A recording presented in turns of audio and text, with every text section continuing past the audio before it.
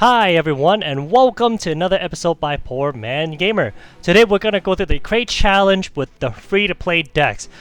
The reason why I wanted to show you guys these free-to-play decks and that it's winnable, I ended up winning 8 games. The reason why, I don't want to retry. I don't have that kind of money. So the reason I want to show you guys that these decks are super viable is because you can use them even in incredibly competitive matchups. The 2 games that I lost, I accidentally used the Orca, which I forgot was an epic unit, so my bad. So I'm not going to show you those battles. I'm going to show you a couple nod decks that I use that have worked, and then I'm going to show you a couple of GTI decks. I purposely try to use a different deck for every match so that you guys can really get a feel for these free-to-play decks that are incredibly effective. I mean, at the end of the day, the channel is called Poor Man Gamer for a reason, and what really drives me is being able to beat opponents without spending a dime. There's just something about playing a freemium game, not spending a dime, and yet finding ways to win that just brings me a lot of joy. So here's how I start this off. I'm going to use my cyber wheels.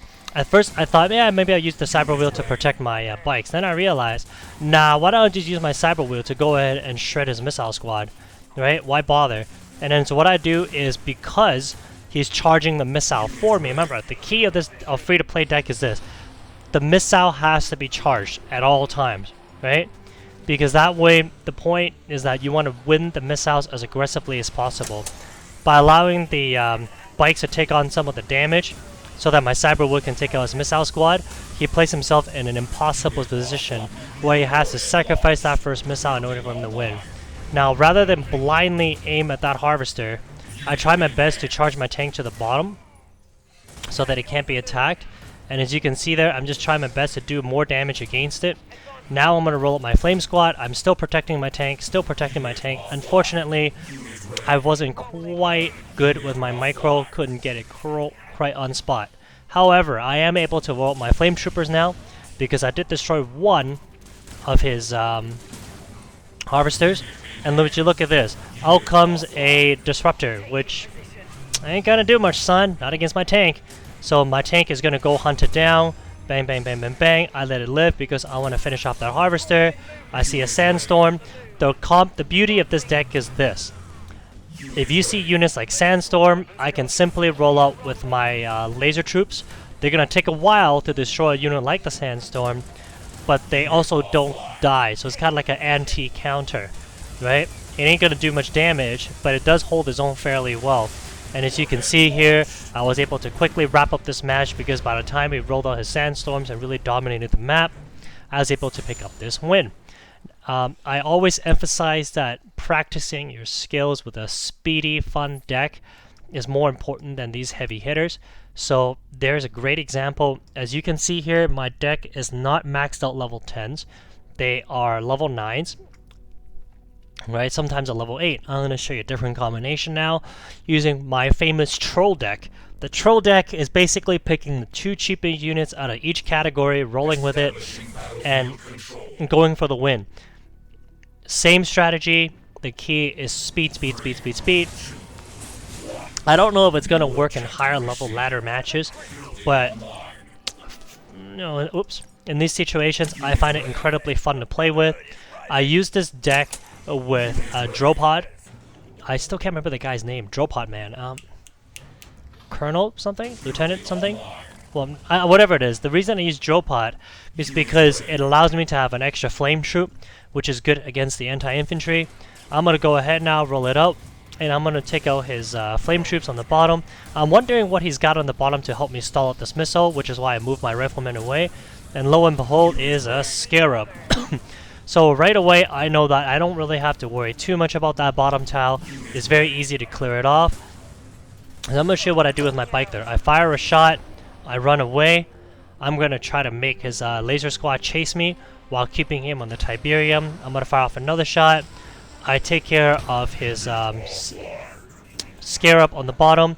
I'm going to go rush a cyber wheel to the top now. I forced him into a difficult position, which is protect the missile or protect your harvester. You're only going to get one or the other. So out comes my drill pot, and out comes his drill pot. We're both going to stand on all 3 tiles. And as you can see here, my flame troop does a fairly good job going up against him. I'm pretty sure I'm going to get that top tile. Fairly confident I got the bottom tile, but it's the bottom left that I have concerns about, which is why I built a cyber wheel. I try my absolute best to rush there. It's going to be very, very, very close, but ultimately I end up losing this missile because I miss it by just a split second. However, that being said, I was able to force him to go without a harvester for quite a long time. So this allows me to, gives me a huge economic advantage. As you can see on the bottom, I've got about 150, 200 Tiberium. He's got almost nothing. Why did I send my bike there? I sent my bike there to die because those units were 1 units left. They were super weak. I didn't want them to live. So I go ahead and finish them off, and out comes my laser drones, right, to try to do a little bit more damage. I got my cyber wheels to go up against his flame squad. I am trying my absolute best to pressure his harvester once again, but as you can see, he's kind of liking here where he's running a very light deck, and he's trying to jump on all 3 tiles already. So this is where the cyber wheel comes in handy. The cyber wheel is very, very good against flame troops, right? I know that I have a matchup disadvantage, all of my drill pod on the bottom there. I've got the matchup advantage on the bottom too. He almost had me on the top there, but fortunately I was able to knock out both of his units on the bottom. I am now standing on all 3 tiles, and bang, there goes the second missile. He almost had me, I gotta admit, right? My timing was a little off, and he basically almost had me. He purposely left my cyber wheel alive in the middle, which is very, very smart of him. And so right now it's all about matchups, and it's a little bit messy right now. I don't have a matchup advantage across the map anywhere, right? I do have my laser troops up against his stealth tank, which is just pounding his stealth tank to the ground, which is great, right? But on the bottom, as you can see there, I got my laser troop against his bikes, and I got my flame troops there, not really doing much of anything. And so I've got a matchup disadvantage all across the map. Fortunately, the last missile no longer ticks by really quickly. I am able to roll my bike there. Bang, down goes the stealth tank. I'm able to roll up my own Seth drill pod on the bottom. Oh, Seth, that's his name. There it is, tip of the tongue. So I'm actually going to run my cyber wheel across the map first, and I strategically have to hold off because I don't want to attack him. I get first fire advantage there with my flame troops. Unfortunately, I targeted the wrong unit, so I finally switch. So I've got 2 anti-infantry units against his 1 anti-infantry unit. I have my cyber wheels at the top dominating his flame troops, and I'm moving my laser squad on the bottom left screen up to the top because that way it gives me a little bit more protection. I'm using my drones now to try to rush up, and the logic behind it is this. I'm going to use my drone to hold that bottom pad, and then I'm going to advance my missile squad, or sorry, my laser troops, so I get a matchup advantage against the bike. Right now we're still fairly evenly matched, and then once again I do have a matchup advantage on the bottom. I do not have a matchup advantage on the top. Fortunately, he got a little bit impatient. He removed his bike off position, and because of that huge critical mistake, now I am able to steal this missile from him, essentially, because he just doesn't have enough firepower at this stage of the game, right? So as you can see there, he almost has me, but because he made a mistake of moving his bike off, I was able to get this win, and that's the end of this game. So my troll deck was able to beat an opponent with superior, higher levels, and it's still very, very, very effective. I apologize if I keep scratching my nose. It's just very, very itchy. So this is where I paid basically for my mistake. In this case, I lost. Not much to really show you guys because I used an epic unit, and I wasn't supposed to use an epic unit. And here I was able to pick up the win, and I realized, wait a second, why did I use an epic unit? That was my mistake. No epic units, right? So once again, I picked up a loss, and it wasn't here until I woke up, and I'm like, huh, alright, stick to what you're supposed to do, right? Not use epic units. I already showed you a couple of victories on the Nod side. Now I'm going to try to show you guys a couple matches on the GTI side. Some of you have asked, how do you beat decks when the Wolverines and the Zone Troopers come out? This isn't the greatest example because it was a lot closer than any right to be, but I'm going to show you how anyway. So in this deck here, using an MG squad, a Shockwave would work equally well. In my opinion, the Shockwave is a better unit because it's more mobile. Here I use my War Dogs in the beginning to try to win my matchup advantage, and out comes my MG squad. I'm going to park my MG squad right there, right? As you can see, he's stalling out the missile. I can see that right away, that he's doing everything he can to stall out the missile, which is irritating me, to be honest with you. So what I do is I try to take a look and see if he's got a double harvester, and lo and behold, there it is, which is why I stepped off the missile, right, and moved up the war dog, but he smartly steps off as well. So I know by this stage of the game that his strategy is to try to win by building high-level tech lab units, which is why I roll a tank. High-level tech lab units with a tank, it does pretty well, right? I'm going to try to get rid of that war dog because it's not adding any value to me. And so there it is. I am able to pick up this win. Right, the first missile, I used my Lieutenant's strong arm to take out his healing drone. And now there it is with my infantry going up against a sandstorm. The sandstorm is a really powerful unit. It does so much damage across the board against almost everybody. Instead of going after that Wolverine where I have no chance of winning whatsoever, I'm just going to go ahead and try to do some chip damage against his harvester to try to damage his economy a little bit. But as you can see here, the drawback of using an MG squad and the drawback of this deck in general is that it is so freaking slow, right? If you can't get that missile count going, like I did in the beginning where I made a mistake, couldn't get the missile going, you kind of put yourself in a bind. So there with the Titan, again, very strong unit. And if he's healing it at the same time that I'm using, trying to do damage against it, I basically cannot come out ahead, right? So the only way to do it is to either find a way to kill that stupid the Dr. Liang Zhong, right?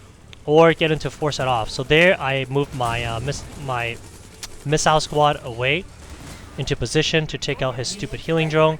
I don't know why I didn't shoot him. There it is. Now I shoot him. Right, I have to protect my MG squad so I can get into position.